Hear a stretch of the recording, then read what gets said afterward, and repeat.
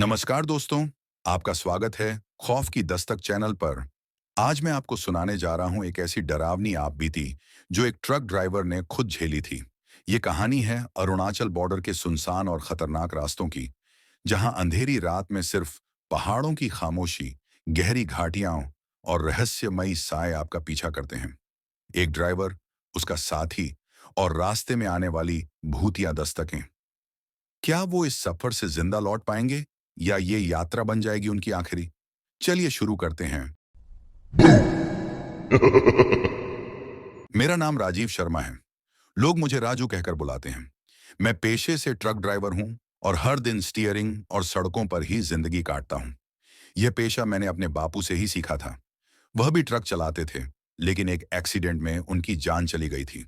उस दिन से लेकर आज तक मुझे लगता है कि ट्रक सिर्फ लोहे की गाड़ी नहीं है, बल्कि मौत और जिंदगी के बीच का एक ऐसा साथी है जो कभी वफादार निकलता है तो कभी गद्दार।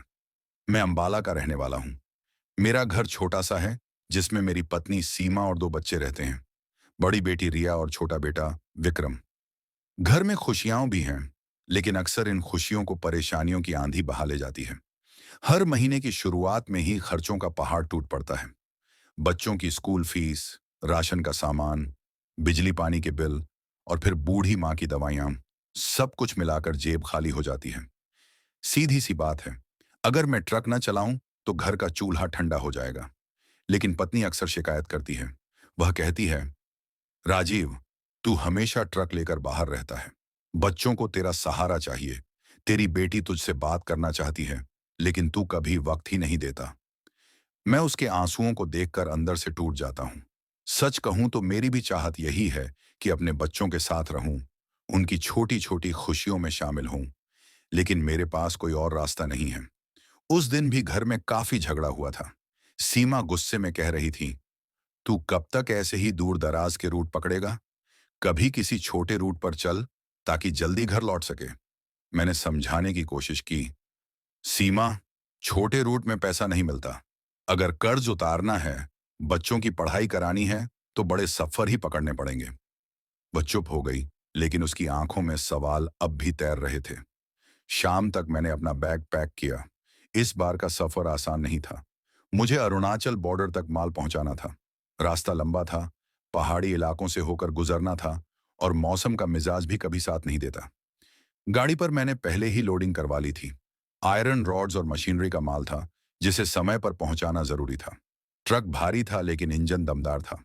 मेरे साथ इस बार मेरा खलासी भी था, करीम अली। करीम मेरा पुराना साथी था। वह मुसलमान था, लेकिन उससे बढ़कर एक सच्चा दोस्त। कई लोग हिंदू मुसलमान की बातें करते हैं, लेकिन मैं जानता हूं कि सड़क पर, मौत के साए में, न धर्म काम आता है न जात, बस इंसानियत काम आती है। करीम कई बार मेरी जान बचा चुका था, और मैं भी उसके लिए जान देने को तैयार था। करीम ने हमेशा की तरह ट्रक की चाबी मुझे पकड़ाते हुए हंसकर कहा, राजू भाई, इस बार अरुणाचल की ठंडी हवा में दार्जिलिंग वाली चाय पिएंगे। बस सफर सलामत रहे। मैंने उसकी बात पर मुस्कुराते हुए सिर हिलाया, लेकिन दिल के अंदर जाने क्यों एक अजीब सा डर बैठ गया था। रात के करीब 10 बजे हम अंबाला से निकले। सड़कें सुनसान थीं, आसमान पर बादल घिरे थे। ट्रक की हेडलाइट दूर तक रोशनी फैला रही थी, लेकिन धुंध इतनी थी कि लगता था जैसे रोशनी भी रास्ता भूल रही हो। करीम बगल में बैठकर सिगरेट सुलगा रहा था। वह बोला, राजू भाई, जानते हो, लोग कहते हैं कि इन पहाड़ी रास्तों पर कई बार अजीब अजीब साए दिखाई देते हैं। मैंने हंसकर कहा, अरे तू भी ना, ये सब बस गांव वालों की कहानियां हैं। असल में होता कुछ नहीं। लेकिन सच कहूं तो उसके कहते ही मेरी रीढ़ में एक सिहरन दौड़ गई। हमारी गाड़ी धीरे धीरे हाईवे से पहाड़ी रास्तों की ओर बढ़ रही थी। सन्नाटा इतना गहरा था कि इंजन की घर्र घर्र भी डरावनी लगने लगी थी। करीब आधी रात को जब गाड़ी एक मोड़ पर पहुंची, तो अचानक मुझे हेडलाइट की रोशनी में कुछ दिखाई दिया। सड़क के किनारे एक औरत खड़ी थी, सफेद कपड़ों में, बिखरे बालों के साथ। मैंने घबरा कर ब्रेक मारा। ट्रक चीखते हुए रुका। करीम बोला, कौन है वो? मैं कांपते हाथों से शीशे से बाहर झांकने लगा, लेकिन वहां कोई नहीं था।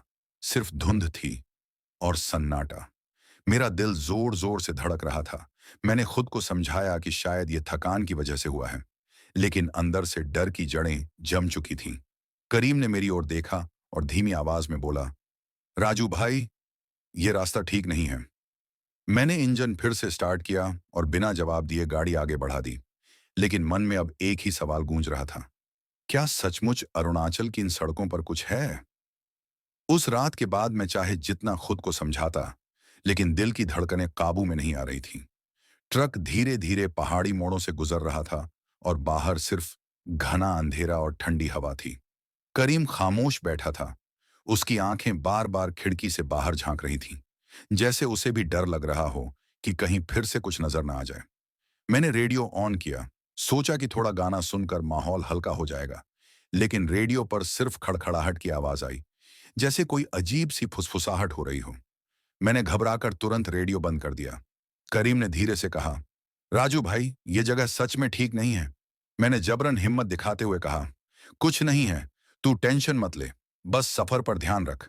लेकिन भीतर से मैं भी उतना ही डरा हुआ था। करीब 1 घंटे बाद हम एक छोटे से ढाबे पर रुके। ढाबा वीरान था, लेकिन एक बूढ़ा आदमी वहां बैठा हुआ था। उसने हमें गर्म चाय दी। उसकी आंखों में एक अजीब सी उदासी थी। उसने मुझसे पूछा, कहाँ जा रहे हो बेटा? मैंने कहा, अरुणाचल बॉर्डर तक माल लेकर जाना है। ये सुनते ही बूढ़े की आंखें और गहरी हो गईं। उसने धीमे स्वर में कहा, रात को पहाड़ी रास्तों पर सावधान रहना। यहाँ बहुत लोग हैं जो अब जिंदा नहीं, लेकिन फिर भी रास्तों पर भटकते हैं। करीम और मैं दोनों ने एक दूसरे को देखा। मेरी रीढ़ में ठंडी लहर दौड़ गई। मैंने जल्दी जल्दी चाय खत्म की और ट्रक स्टार्ट कर दिया। रास्ता अब और सुनसान हो गया था। चारों तरफ जंगल और बीच में अकेली सड़क। गाड़ी की हेडलाइट पेड़ों के बीच अजीब अजीब परछाइयां बना रही थीं। करीम ने धीरे से कहा, राजू भाई, मुझे लग रहा है कोई हमारे साथ चल रहा है। मैंने गुस्से में कहा, चुप कर, ये सब तेरे मन का डर है। लेकिन अगले ही पल मैंने खुद महसूस किया, ट्रक के पीछे जैसे कोई कदमों की आहट थी। मैंने शीशे में देखा। पीछे सिर्फ अंधेरा था, लेकिन मुझे साफ लगा जैसे कोई छाया हमारे साथ दौड़ रही हो। करीम ने मेरी बांह पकड़ ली। उसकी उंगलियां कांप रही थीं। भाई, देख। मैंने हेडलाइट तेज की और वहीं मोड़ के पास वही औरत खड़ी थी। सफेद कपड़े, बिखरे बाल और उसका चेहरा पूरी तरह अंधेरे में डूबा हुआ। इस बार मैंने ब्रेक नहीं मारा। मैं डर के मारे गाड़ी को तेज कर ले गया, लेकिन दिल अब भी कांप रहा था। करीब आधे घंटे बाद हम एक पुल पर पहुंचे। पुल बहुत पुराना और सुनसान था। जैसे ही हमने पुल पार करना शुरू किया, ट्रक अचानक झटके खाने लगा। इंजन की आवाज अजीब हो गई। मैंने तुरंत गाड़ी रोकी और नीचे उतरा। अंधेरे में टॉर्च की रोशनी फैलाई तो देखा कि ट्रक के पीछे का टायर पूरी तरह पंक्चर था। करीम भी नीचे आया। उसने धीरे से कहा, राजू भाई, ये सब सामान्य नहीं है, ये किसी की करतूत लगती है। मैंने गुस्से में कहा, पागल मत बना, टायर पंक्चर होना आम बात है। लेकिन जैसे ही मैं टायर बदलने झुका, मुझे साफ सुनाई दिया किसी औरत की हंसी। वह हंसी इतनी ठंडी और डरावनी थी कि मेरी सांसें थम गईं। करीम ने कांपते हुए मेरी तरफ देखा। हम दोनों ने टॉर्च से इधर उधर रोशनी की, लेकिन वहां कोई नहीं था। सिर्फ घना अंधेरा और नदी की बहती आवाज। मैंने जल्दी जल्दी टायर बदला और बिना पीछे देखे गाड़ी स्टार्ट कर दी। लेकिन अंदर से मैं जान चुका था कि ये सफर अब सामान्य नहीं रहने वाला। करीम धीरे से बोला, राजू भाई, मुझे लग रहा है हम इस रास्ते पर अकेले नहीं हैं। मैंने स्टीयरिंग कसकर पकड़ा और बुदबुदाया, जो भी है, अब देखेंगे आगे क्या होता है। ट्रक अब फिर से रास्ते पर था, लेकिन मेरा दिमाग वहीं अटका था, उस हंसी पर जो सुनसान पुल पर गूंजी थी। मेरे कानों में उसकी गूंज अब भी साफ सुनाई दे रही थी, जैसे कोई अदृश्य परछाई हमारी हर हरकत देख रही हो और मजाक उड़ा रही हो। करीम चुपचाप बैठा था। उसकी आंखें डर से फैली हुई थीं। मैं जानता था कि वह कुछ कहना चाहता है, लेकिन हिम्मत नहीं कर पा रहा। मैंने खामोशी तोड़ते हुए कहा, करीम, डर मत। ये सब हमारे दिमाग का खेल है, थकान है, इसलिए ऐसा लग रहा है। करीम ने धीरे से जवाब दिया, राजू भाई, थकान में इंसान वहम देख सकता है, लेकिन दोनों ने एक साथ वही चीज सुनी और देखी, ये वहम नहीं हो सकता। उसकी बातों ने मेरी रीढ़ में ठंडक उतार दी। मैं खुद को मजबूत दिखाने की कोशिश कर रहा था, लेकिन अंदर से जानता था कि वह सही कह रहा है। सड़क अब और खतरनाक हो चुकी थी। एक ओर खाई थी, दूसरी तरफ घना जंगल। गाड़ी की हेडलाइट पेड़ों के बीच लंबी लंबी परछाइयां बना रही थी। ऐसा लग रहा था मानो जंगल खुद जिंदा हो और हमें घूर रहा हो। करीब 2 घंटे बाद हमें थोड़ी राहत मिली। एक छोटा सा गांव आया। वहां कुछ झोपड़ियां और एक मंदिर था। मैंने सोचा थोड़ा रुक कर आराम कर लें। हम मंदिर के पास रुके। वहां एक पुजारी बैठे थे। मैंने उन्हें प्रणाम किया। उन्होंने मेरी आंखों में देखा और बिना कुछ पूछे ही कह दिया, बेटा, सावधान रहना। यह इलाका साधारण नहीं है। यहाँ कई आत्माएं भटकती हैं। खासकर उस पुल के बाद का रास्ता बहुत अपशगुनी माना जाता है। मैं चौंक गया। मैंने धीरे से पूछा, आपको कैसे पता कि हम पुल से होकर आए हैं? पुजारी ने हल्की मुस्कान दी और बोले, यहां से गुजरने वाला हर ड्राइवर उस पुल की छाया साथ लेकर आता है। कुछ पहुंच जाते हैं मंजिल तक, कुछ हमेशा के लिए रास्तों में खो जाते हैं। करीम ने मेरी ओर देखा। उसकी आंखों में डर साफ झलक रहा था। मैंने जल्दी से पूजा करवाई और प्रसाद लेकर निकल पड़ा। लेकिन अब मेरा मन और भारी हो चुका था। रात और गहरी हो गई थी। हम फिर से सुनसान पहाड़ी रास्तों पर थे। अचानक गाड़ी का हॉर्न अपने आप बजने लगा। मैंने पैर हटाया हुआ था लेकिन हॉर्न लगातार बज रहा था। करीम घबरा कर बोला, ये क्या हो रहा है भाई? मैंने घबरा कर गाड़ी रोक दी। जैसे ही गाड़ी रुकी, हॉर्न बंद हो गया।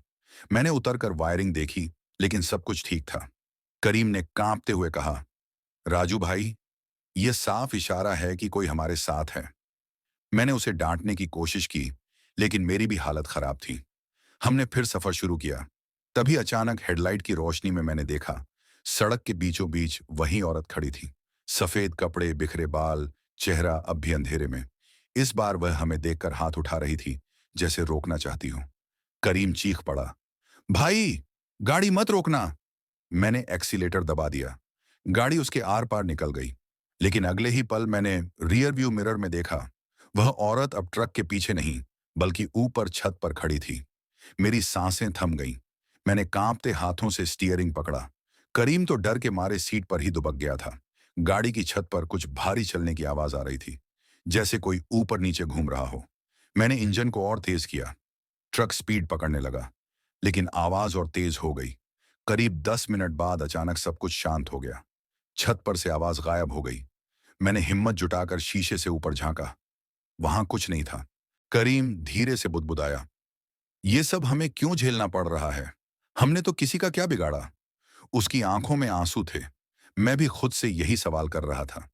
हम दोनों खामोश बैठे थे। तभी अचानक ट्रक की हेडलाइट अपने आप बंद हो गई। पूरा अंधेरा छा गया। इंजन चल रहा था, लेकिन सामने कुछ दिखाई नहीं दे रहा था। मैंने स्विच दबाया। हेडलाइट फिर ऑन हुई। लेकिन इस बार हेडलाइट की रोशनी में वही औरत ठीक हमारे सामने खड़ी थी। उसका चेहरा अब साफ दिख रहा था। आधी खोपड़ी जली हुई, आंखें खोखली और होंठों पर एक भयावह मुस्कान। मैं और करीम दोनों बुरी तरह कांप गए। मैंने चीख कर एक्सीलेटर दबा दिया।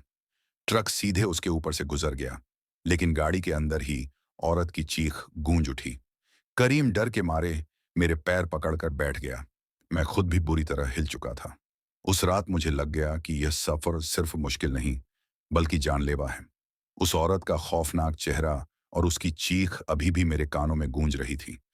ट्रक दौड़ रहा था, लेकिन मेरी आंखों के सामने बार बार वही डरावना चेहरा उभर रहा था।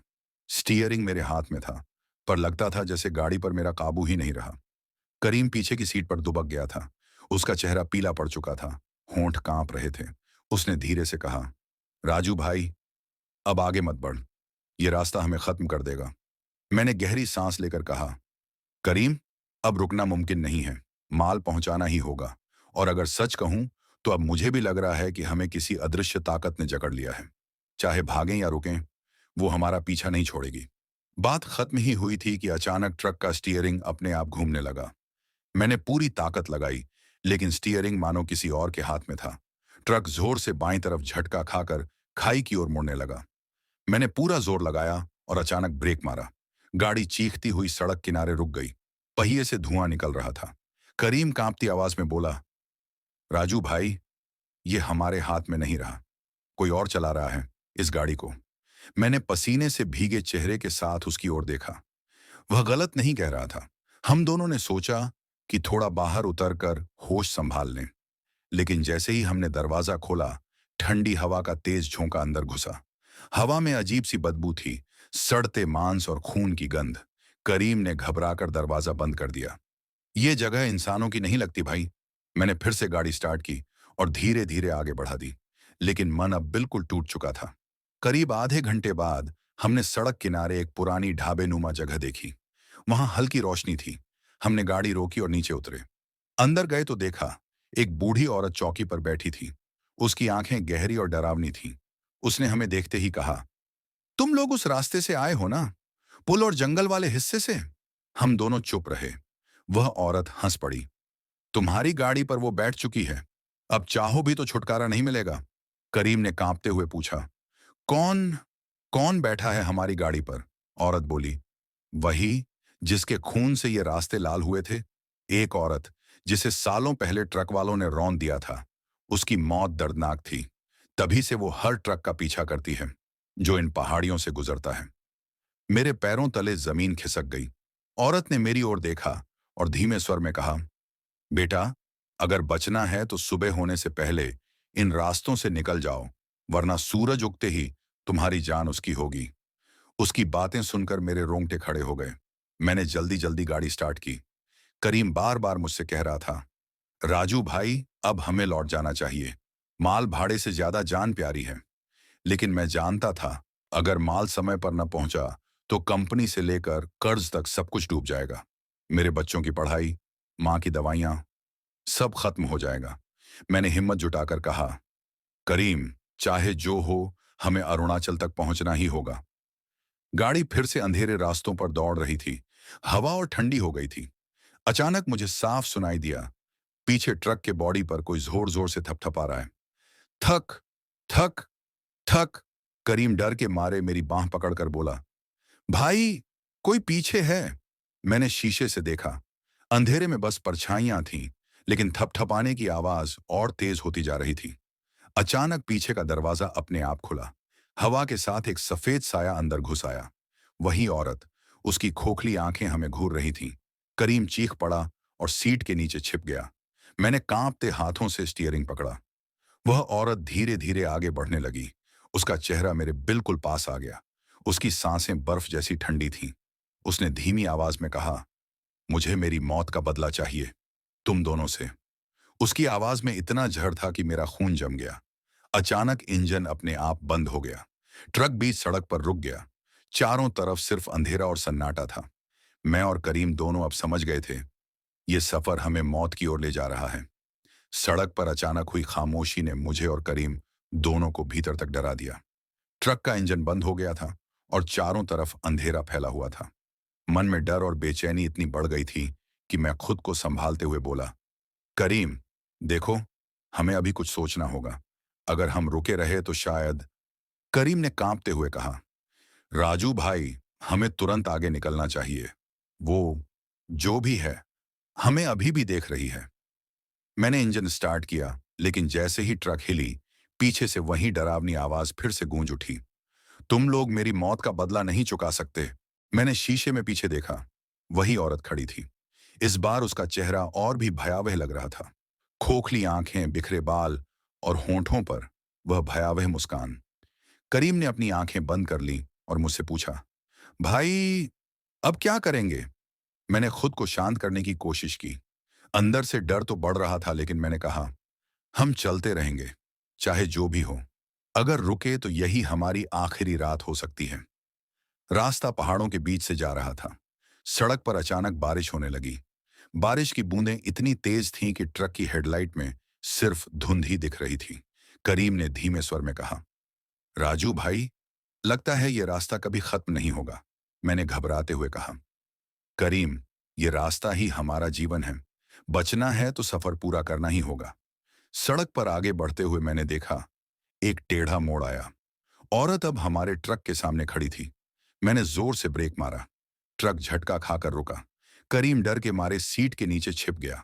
औरत धीरे धीरे पास आई। उसकी सांसें बर्फ जैसी ठंडी थीं। मैंने ट्रक की साइड मिरर में देखा। उसका साया ट्रक के पूरे बॉडी पर फैल गया था। करीम ने कांपते हुए कहा, राजू भाई, हमें अब बचने का कोई रास्ता नहीं। मैंने खुद से कहा, अगर मेरी जिंदगी बचानी है तो सामने देखो, डर के बजाय स्वर को पकड़ो। जैसे ही ट्रक धीरे धीरे आगे बढ़ा, औरत ने अचानक चीख मारी। उसकी आवाज इतनी तेज थी कि ट्रक के शीशे हिलने लगे। करीम ने मुझसे आंखें मिलाईं। उसका चेहरा पीला पड़ चुका था। राजू भाई, ये हमारी आखिरी रात हो सकती है। मैंने गहरी सांस ली और ट्रक का एक्सीलेटर दबा दिया। गाड़ी तेज हुई। बारिश की बूंदें जैसे हमें रोकने की कोशिश कर रही थीं। आधी रात के बाद अचानक ट्रक का रेडियो अपने आप चालू हो गया। रेडियो से कोई पुरानी, डरावनी भजन की आवाज आ रही थी। आवाज इतनी ठंडी थी कि जैसे सीने में छुरा घुस गया हो। करीम ने चीखते हुए कहा, भाई, रेडियो क्यों चालू हो गया? मैंने घबराकर उसे बंद करने की कोशिश की, लेकिन रेडियो खुद ही चालू हो रहा था। मैंने खुद को समझाया, राजू, डर के आगे मत झुको। बस ध्यान रखो, ट्रक को रास्ते पर। यही हमारी जिंदगी बचाएगा। करीब 1 घंटे बाद रास्ता थोड़ा खुला। मुझे लगा कि शायद हमने पहाड़ी रास्ता पार कर लिया। लेकिन तभी ट्रक की छत पर कुछ गिरने की आवाज आई। मैंने तुरंत नीचे देखा, लेकिन कुछ नहीं था। करीम भी अब पूरी तरह टूट चुका था। मैंने धीरे से कहा, भाई, ये सफर अभी खत्म नहीं हुआ। अभी हमें अरुणाचल बॉर्डर तक पहुंचना है। करीम ने सिर हिलाया। अब हमारी आंखों में डर और उम्मीद दोनों एक साथ थे। रास्ता अब और खतरनाक हो चुका था। चारों तरफ जंगल और खाई। ट्रक की हेडलाइट में पेड़ों के बीच अजीब परछाइयां बन रही थीं। तभी अचानक मुझे पीछे कुछ गिरने की आवाज सुनाई दी। मैं पलटा और देखा, पीछे ट्रक के बॉडी पर कोई सफेद साया चल रहा था। वही औरत। करीम चिल्लाया, राजू भाई, चलो भागो। मैंने हिम्मत जुटाई और ट्रक की स्पीड और बढ़ा दी। लेकिन उसके बाद जो हुआ, वह मेरे लिए कभी नहीं भूलने वाला था। हमारी रात अब पूरी तरह डरावनी हो चुकी थी। ट्रक की स्पीड बढ़ती जा रही थी, लेकिन हर मोड़ पर मेरे दिल की धड़कनें तेज हो रही थीं। मैं जानता था कि पीछे जो हमारा पीछा कर रहा है, वह केवल औरत नहीं, वह किसी भयानक शक्ति का साया था। करीम अब पूरी तरह डर के मारे चुप हो गया था। उसकी आंखें फड़क रही थीं और हाथ कांप रहे थे। मैंने सोचा, अगर मैं उसे शांत नहीं करूंगा, तो हम दोनों पैनिक में सड़क से उतर सकते हैं। करीम, सुनो, डर के आगे मत झुको। हमें सिर्फ आगे बढ़ना है। ट्रक पकड़ो और रास्ते पर ध्यान दो, मैंने धीरे कहा। हमारी गाड़ी अब पहाड़ी रास्तों पर थी। चारों तरफ पेड़ों का अंधेरा, नीचे खाई और ऊपर बादलों की मोटी परतें। धुंध इतनी थी कि हेडलाइट की रोशनी भी बहुत दूर तक नहीं जा रही थी। अचानक पीछे से वही डरावनी आवाज गूंजी, तुम लोग मेरी मौत का बदला नहीं चुका सकते। मैंने शीशे में देखा। पीछे ट्रक के बॉडी पर सफेद साया फिर घूम रहा था। उसकी आंखें खोखली और होंठों पर मुस्कान थी। करीम घबराकर बोला, भाई, ये सब अब असली है। ये कोई सपना नहीं है। मैंने सिर हिलाया। मेरी भी हिम्मत अब जवाब दे रही थी, लेकिन भीतर से मुझे पता था कि भागना अब भी एकमात्र विकल्प नहीं। अगर हम रुके, तो शायद हमारी जान चली जाएगी।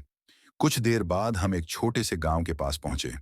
गांव में कुछ झोपड़ियां थीं और वहां हल्की रोशनी। हमने सोचा थोड़ी देर रुककर चैन की सांस लें। हम ढाबे में रुके। वहां बैठी एक बूढ़ी औरत ने हमें देखते ही कहा, तुम लोग पुल और जंगल वाले हिस्से से आए हो ना? सावधान रहो, वहां अब भी कई आत्माएं भटकती हैं। तुम दोनों अब सुरक्षित नहीं हो। करीम ने कांपते हुए पूछा, कौन कौन हमें परेशान कर रहा है? औरत ने धीमे स्वर में कहा, जो तुम्हें पीछे पीछे देख रहा है, वह वही है जिसके खून से ये रास्ते लाल हुए। उसकी आत्मा हर ट्रक का पीछा करती है। उसकी बातें सुनकर मेरे रोंगटे खड़े हो गए। हमने जल्दी जल्दी चाय पी और ट्रक में वापस गए। रात अब और काली हो चुकी थी। जैसे ही हम आगे बढ़े, पीछे से अचानक ठंडी हवा आई और ट्रक हिलने लगा। करीम ने चिल्लाया, राजू भाई, वो हमारे साथ है। मैंने अपनी पूरी ताकत लगाकर ट्रक को संभाला। अचानक ट्रक की छत पर कुछ गिरने की आवाज आई। मैं और करीम दोनों कांप गए। मैंने ऊपर देखा, लेकिन वहां कुछ नहीं था, केवल अंधेरा और डरावनी हवा। सन्नाटा गहरा रहा था। तभी ट्रक के सामने वही औरत खड़ी हो गई। उसकी आवाज इतनी डरावनी थी कि जैसे पूरे जंगल में गूंज उठी, मुझे मेरी मौत का बदला चाहिए। करीम अब डर के मारे पूरी तरह टूट चुका था। मैंने गहरी सांस लेकर ट्रक की स्पीड और बढ़ा दी, लेकिन उसके बाद जो हुआ, वह किसी भी इंसान के समझ में नहीं आता। सड़क के मोड़ पर अचानक गाड़ी अपने आप झटके खाने लगी। इंजन अजीब आवाज कर रहा था, जैसे कोई अदृश्य शक्ति ट्रक को रोकना चाहती हो। करीम ने कांपते हुए कहा, भाई, अब यह हमारी आखिरी रात हो सकती है। मैंने सिर हिलाया। अंदर से डर तो बढ़ रहा था, लेकिन बाहर से मैं मजबूती दिखाने की कोशिश कर रहा था। जैसे ही हम मोड़ पार कर रहे थे, ट्रक की छत पर फिर से हलचल हुई। मैं तुरंत देख रहा था, लेकिन कोई दिखाई नहीं दिया। करीम ने धीरे से कहा, राजू भाई, लगता है हमें बचने का कोई रास्ता नहीं। मैंने खुद को समझाया, अगर बचना है तो आगे बढ़ना ही होगा। डर के आगे झुकना मौत के बराबर होगा। रास्ता अब और संकरा हो गया था। चारों तरफ पेड़, खाई और अंधेरा। हवा इतनी ठंडी थी कि जैसे खून जम रहा हो। पीछे से फिर वही आवाज गूंजी, तुम लोग मेरी मौत का बदला नहीं चुका सकते। मैंने आंखें बंद की, गहरी सांस ली और ट्रक का एक्सीलेटर दबा दिया। करीम अब पूरी तरह थक चुका था, लेकिन मुझे पता था कि अगर हम इस रास्ते से नहीं निकले तो हमारी जान नहीं बचेगी। रास्ता अब पूरी तरह सुनसान हो चुका था। चारों तरफ अंधेरा, जंगल और खाई। कुछ भी इंसानियत की निशानी नहीं थी। ट्रक की हेडलाइटें सिर्फ सड़क पर पड़ रही थीं और पेड़ों के बीच अजीब परछाइयां बन रही थीं। करीम अब बिल्कुल टूट चुका था। वह चुपचाप बैठा था और समय समय पर डर के मारे मेरी बांह पकड़ लेता था। मैं जानता था कि उसे भी अब लग रहा है, यह सफर केवल हमारी हिम्मत की परीक्षा नहीं है, बल्कि हमारी जान की भी जांच है। जैसे ही हम एक मोड़ पर पहुंचे, मुझे पीछे की सीट से हलचल महसूस हुई। मैंने पलटा और देखा, वही औरत, सफेद कपड़े, बिखरे बाल, चेहरा अर्ध खोपड़ी जैसा और होंठों पर वही भयावह मुस्कान। करीम ने चीख कर कहा, राजू भाई, वो हमारे साथ है। मैंने पूरी ताकत लगाकर ट्रक का एक्सीलेटर दबाया। गाड़ी तेज हुई, लेकिन उसकी हंसी अब भी गूंज रही थी। हमने थोड़ी दूरी तय की, लेकिन तभी ट्रक अचानक झटका खाने लगा, जैसे कोई अदृश्य शक्ति गाड़ी को रोक रही हो। करीम ने कांपते हुए कहा, भाई, अब हमें बचने का कोई रास्ता नहीं। अगर रुके तो। मैंने उसे शांत किया। करीम, डर के आगे मत झुको, आगे बढ़ो, यही हमारी आखिरी उम्मीद है। रास्ता अब और संकरा हो गया था। खाई के ऊपर से हल्की हवा बह रही थी। ट्रक के इंजन की आवाज और तेज हो गई। तभी पीछे से फिर वही आवाज गूंजी, तुम लोग मेरी मौत का बदला नहीं चुका सकते। मैंने शीशे में देखा। औरत ट्रक की छत पर खड़ी थी, उसकी आंखें खोखली और होंठों पर मुस्कान। करीम अब पूरी तरह टूट चुका था। उसने मेरी बांह पकड़ी और धीरे से कहा, राजू भाई, अब हमें भागना ही होगा। मैंने सिर हिलाया। डर तो अंदर से बढ़ रहा था, लेकिन बाहर से मैंने अपनी हिम्मत को बनाए रखा। जैसे ही हम मोड़ पार कर रहे थे, ट्रक की छत पर हलचल हुई। मैं ऊपर देख रहा था, लेकिन कुछ दिखाई नहीं दिया। करीम ने धीरे से कहा, राजू भाई, लगता है हमें बचने का कोई रास्ता नहीं। मैंने खुद से कहा, अगर बचना है तो आगे बढ़ना ही होगा। डर के आगे झुकना मौत के बराबर होगा। सड़क अब और खतरनाक हो गई थी। पेड़, खाई और अंधेरा। हवा इतनी ठंडी थी कि खून जम रहा हो। पीछे से फिर वही आवाज गूंजी, तुम लोग मेरी मौत का बदला नहीं चुका सकते। मैंने आंखें बंद की, गहरी सांस ली और ट्रक का एक्सीलेटर और दबा दिया। करीब आधे घंटे बाद अचानक ट्रक के सामने एक हल्की रोशनी दिखाई दी, जैसे कोई छोटा गांव या ढाबा हो। हमने तुरंत दिशा बदलकर वहां पहुंचे। ढाबे में एक बूढ़ा आदमी बैठा था। उसने हमें देखकर कहा, तुम लोग अभी तक जीवित हो? उस औरत का पीछा यहां से पहले निकलने वालों को कभी भी छोड़ता नहीं। करीम और मैंने एक दूसरे को देखा। अब हमें समझ में आ गया कि यह सफर केवल ट्रक चलाने का नहीं था, बल्कि हमारी हिम्मत, धैर्य और जिंदगी का सबसे बड़ा टेस्ट था। ढाबे में हम रुके और कुछ खाना खाया, लेकिन मन शांत नहीं हुआ। उस औरत की परछाई और उसकी चीख हमारे साथ अभी भी थी। रास्ता अब और लंबा था। अरुणाचल बॉर्डर तक पहुंचने के लिए हमें पहाड़ों और जंगलों से गुजरना था। लेकिन उस रात की डरावनी घटनाओं ने हमें बता दिया, यह सफर अब सिर्फ माल पहुंचाने का नहीं, बल्कि हमारी जान बचाने का भी है। सुबह के पहले कुछ घंटे थे। सड़क पर घना अंधेरा अभी भी था, लेकिन हवा में हल्की नमी और ठंडक का एहसास था। ट्रक धीरे धीरे आगे बढ़ रहा था, लेकिन मेरी आंखें हर समय पीछे की ओर टिकी थीं। मुझे डर था कि वही औरत फिर से हमारी राह में आ जाएगी। करीम अब पूरी तरह थक चुका था। वह बैठकर सिर झुका चुका था और समय समय पर कांप रहा था। मैंने खुद को शांत करने की कोशिश की, लेकिन भीतर डर और बेचैनी लगातार बढ़ रही थी। जैसे ही हम एक मोड़ पर पहुंचे, ट्रक अचानक झटका खाने लगा। मैंने तुरंत ब्रेक मारा। ट्रक चीखती हुई रुकी। पीछे से ठंडी हवा का झोंका आया और ऐसा लगा जैसे कोई हमारी छत पर चल रहा हो। करीम चीख पड़ा, राजू भाई, वो वापस आ गई है। मैंने शीशे में देखा। औरत अब भी सफेद कपड़े पहने, बिखरे बालों के साथ ट्रक की छत पर खड़ी थी। उसकी आंखें खोखली और होंठों पर वही डरावनी मुस्कान। मैंने गहरी सांस ली और धीरे से कहा, करीम, डर के आगे मत झुको। हमें बस आगे बढ़ना है, अब पीछे नहीं मुड़ना। करीम सिर हिलाता रहा, लेकिन अब वह समझ चुका था कि यह हमारी आखिरी उम्मीद थी। रास्ता अब और संकरा हो गया। पेड़ और खाई दोनों तरफ थे। हवा इतनी ठंडी थी कि जैसे खून जम रहा हो।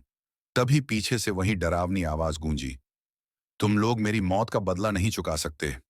मैंने ट्रक की स्पीड बढ़ा दी। गाड़ी तेज हो गई, लेकिन उसके पीछे का साया लगातार पीछा कर रहा था। करीब 2 घंटे बाद अचानक ट्रक की हेडलाइट में सड़क पर कुछ चमकदार दिखाई दिया। हमने ध्यान से देखा तो पता चला ये एक पुराना पुल था, वही जहां पहली बार औरत का सामना हुआ था। करीम ने कांपते हुए कहा, राजू भाई, पुल पार करना होगा, लेकिन वो वहां होगी। मैंने सिर हिलाया। डर था, लेकिन अब लौटना नामुमकिन था। मैंने ट्रक की स्पीड बढ़ाई और पुल की तरफ बढ़ा। जैसे ही हम पुल के बीच पहुंचे, पीछे की छाया अचानक गायब हो गई।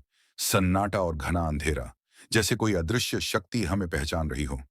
करीम धीरे से बोला, भाई, लगता है कि हमें अब समझना होगा कि ये सब हमारी हिम्मत का टेस्ट है। मैंने सिर हिलाया और ध्यान लगाकर ट्रक चला रहा था। हमने पुल पार किया। औरत का साया अब नहीं दिख रहा था, लेकिन उसकी चीखें कानों में गूंज रही थीं। कुछ देर बाद ट्रक की स्पीड और बढ़ाते हुए हमने पहाड़ी रास्तों से गुजरना शुरू किया। रास्ता अब थोड़ा आसान था, लेकिन मन में डर अभी भी था। करीम ने धीरे से कहा, राजू भाई, लगता है कि वो अब हमें परेशान नहीं करेगी, लेकिन उसके बाद का रास्ता भी खतरे से भरा है। मैंने सिर हिलाया। डर था, लेकिन अब मुझे विश्वास था कि अगर हम धैर्य और हिम्मत बनाए रखें, तो हम अरुणाचल बॉर्डर तक पहुंच सकते हैं। सड़क पर सूरज की पहली किरणें दिखाई दी। धीरे धीरे अंधेरा छंट रहा था। मुझे लगा शायद ये हमारी मुश्किल रातों का अंत है, लेकिन अंदर से मुझे पता था सच्ची मुश्किल अभी बाकी है। जंगल और पहाड़ अभी भी खतरों से भरे हुए हैं। औरत का डर अभी भी हमारे दिमाग में मौजूद है। सूरज की पहली किरणें पहाड़ों की चोटियों पर पड़ रही थीं, लेकिन हमारी रात का डर अभी तक दूर नहीं हुआ था। ट्रक धीरे धीरे आगे बढ़ रहा था, लेकिन मेरी आंखें हर समय पीछे और दोनों तरफ जंगल की ओर टिकी थीं। मुझे डर था कि वही औरत फिर कहीं से हमें घूर रही होगी। करीम अब पूरी तरह थक चुका था। वह बस चुपचाप बैठा था, समय समय पर कांपते हुए। मैंने खुद को शांत करने की कोशिश की, लेकिन भीतर डर और बेचैनी लगातार बढ़ रही थी। रास्ता अब और कठिन हो गया था। पहाड़ों के बीच संकरे रास्ते, खाई और घने जंगल। ट्रक की हेडलाइटें केवल सड़क को दिखा रही थीं और पेड़ों के बीच लंबी लंबी परछाइयां। तभी अचानक पीछे से वही डरावनी आवाज गूंजी, तुम लोग मेरी मौत का बदला नहीं चुका सकते। मैंने शीशे में देखा।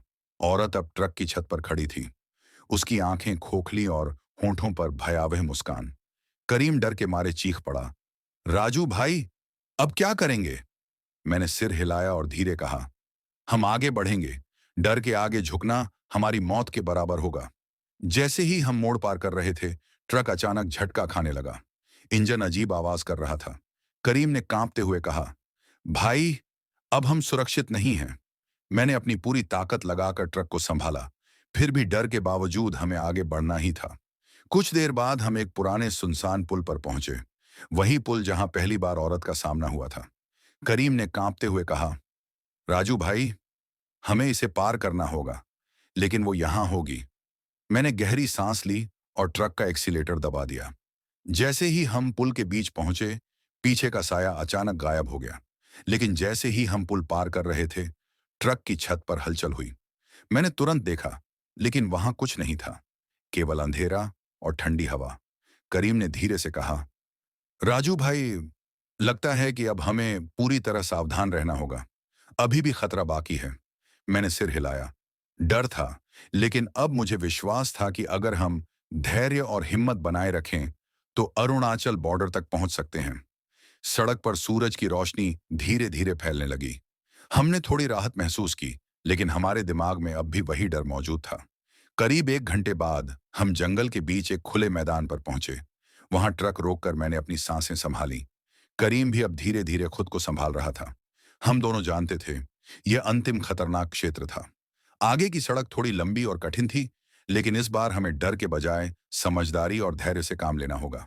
मैंने धीरे से कहा, करीम, अभी हमें पूरी ताकत और ध्यान लगाकर आगे बढ़ना है। एक कदम और हम अरुणाचल बॉर्डर के करीब होंगे। करीम ने सिर हिलाया। अब उसकी आंखों में डर और उम्मीद दोनों साथ थे। सड़क पर धीरे धीरे सूरज की रोशनी फैल रही थी। अंधेरा अब दूर हो रहा था, लेकिन हमारे लिए असली चुनौती अभी बाकी थी। सूरज की पहली किरणें अब पूरी तरह जंगल पर फैल चुकी थीं।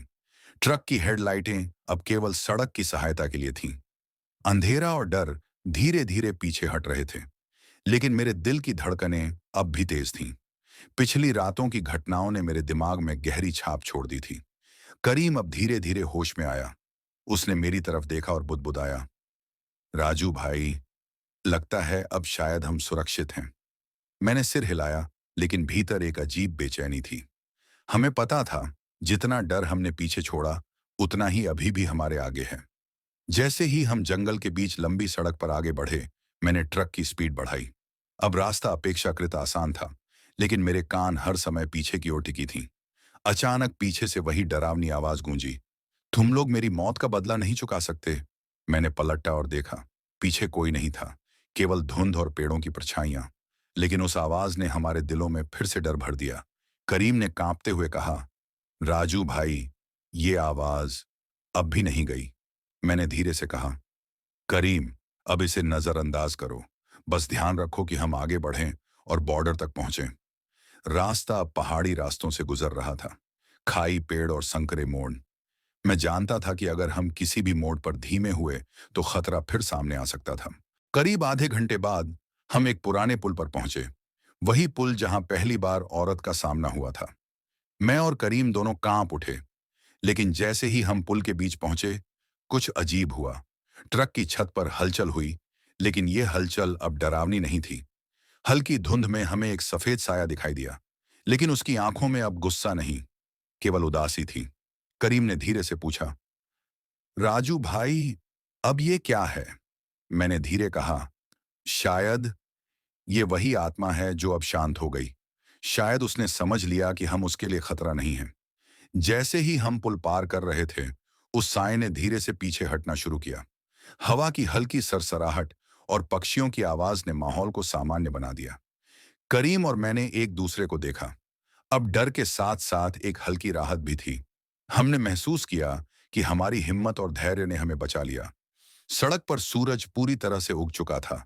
जंगल अब शांत था। हम धीरे धीरे अरुणाचल बॉर्डर की तरफ बढ़ रहे थे। रास्ते में अब कोई डरावनी घटना नहीं हुई। करीब 2 घंटे बाद हम बॉर्डर पहुंच गए।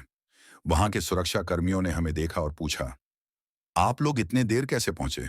मैंने हंसते हुए कहा, सफर लंबा और मुश्किल था, लेकिन हम पहुंच गए। करीम ने सिर हिलाया और धीरे से कहा, राजू भाई, अब मुझे विश्वास हो गया कि डर के आगे झुकने से बचना ही सबसे बड़ी जीत है। मैंने मुस्कुराते हुए कहा, सही कहा करीम, असली डर से लड़ना ही जीवन का सबसे बड़ा टेस्ट है। हमने माल सुरक्षित रूप से बॉर्डर पर पहुंचाया। कंपनी से हमें तारीफ मिली, लेकिन हम जानते थे, इस सफर की असली जीत हमारी जिंदगी और हिम्मत की थी। रात, अंधेरा, डर और वही औरत, सब अब पीछे रह गए थे। हमने समझा कि कभी कभी भय सिर्फ हमारे दिमाग की परीक्षा लेता है, और हिम्मत और धैर्य से ही हम उसे पार कर सकते हैं। करीम और मैंने ट्रक रोककर लंबी सांस ली। दोनों के चेहरे पर थकान थी, लेकिन अब मुस्कान भी थी। हमारे बच्चों की याद, घर की जिम्मेदारी और माँ की दुआएं हमें इस डरावनी रातों के बाद जिंदा रखने वाली थीं। जंगल, पुल और डरावनी रातें अब सिर्फ हमारी यादों में बची, और वही औरत अब सिर्फ एक कहानी बनकर रह गई थी, जिसे हम जीवन भर नहीं भूल पाएंगे।